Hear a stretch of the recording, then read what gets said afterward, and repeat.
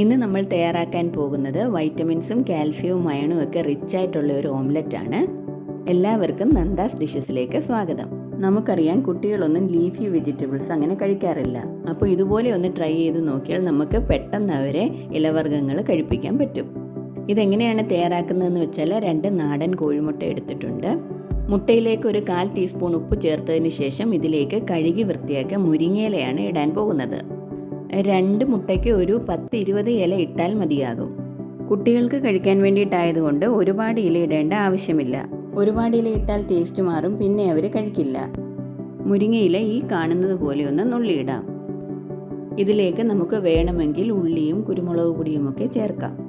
മുതിർന്നവർക്ക് കഴിക്കാൻ വേണ്ടിയിട്ടാണെങ്കിൽ ഇതിൽ ഒരു 1/2 കപ്പ് മുരിങ്ങയിലയോളം നമുക്ക് ചേർക്കാം. ഇനി ഇത് നല്ലതുപോലെ ഒന്ന് മിക്സ് ചെയ്യാം. മുരിങ്ങയില എടുക്കുമ്പോൾ പ്രത്യേകം ശ്രദ്ധിക്കണം, അതിൻ്റെ പുറകിൽ ചിലന്തിയോ ചിലന്തി വലയോ ഉണ്ടോ എന്ന് നോക്കണം. മിക്കവാറും ഇലയുടെ കളറിൽ തന്നെ ചെറിയ ചിലന്തിയായിരിക്കും ഉള്ളത്. ഉണ്ടെങ്കിൽ അതൊക്കെ മാറ്റിയിട്ട് നല്ലതുപോലെ കഴുകിയെടുക്കണം. നല്ലതുപോലെ ചൂടായ ഒരു പാനിലേക്ക് ഈ മുട്ട ഒഴിക്കാം. മുരിങ്ങയില വഴറ്റി ചേർക്കേണ്ട ആവശ്യമൊന്നുമില്ല. ഈ മുട്ടയിൽ കിടന്ന് വേകുന്ന അത്രയും സമയം മതി ഇതിന് വേകാൻ. ഇങ്ങനെയാണെങ്കിൽ ഇലയുണ്ടെന്ന് കുട്ടികൾക്ക് മനസ്സിലാകുകയില്ല. സാൻഡ്വിച്ചിനകത്തോ അതുപോലെ തന്നെ ചോറിൻ്റെ കൂടെയോ ഒക്കെ നമുക്ക് അവർക്ക് കൊടുക്കാവുന്നതാണ്. മുരിങ്ങയിലയിൽ ഒരുപാട് വൈറ്റമിൻസും മിനറൽസും ഒക്കെ ഉണ്ട്. അതുപോലെ തന്നെ കർക്കിടക മാസം ഒഴിച്ച് ബാക്കി എല്ലാ മാസങ്ങളിലും നമുക്ക് ഈ മുരിങ്ങയില ഉപയോഗിക്കാവുന്നതാണ്. കർക്കിടക മാസത്തിൽ ഒരുപാട് മഴയൊക്കെ ഉള്ളതുകൊണ്ട് ഈ ഇല ഉപയോഗിക്കാറില്ല. ഇതൊന്ന് തിരിച്ചിട്ടിട്ടുണ്ട്. കുട്ടികൾക്കായിട്ടുള്ള സ്പെഷ്യൽ ഓംലെറ്റ് തയ്യാറായി കഴിഞ്ഞു.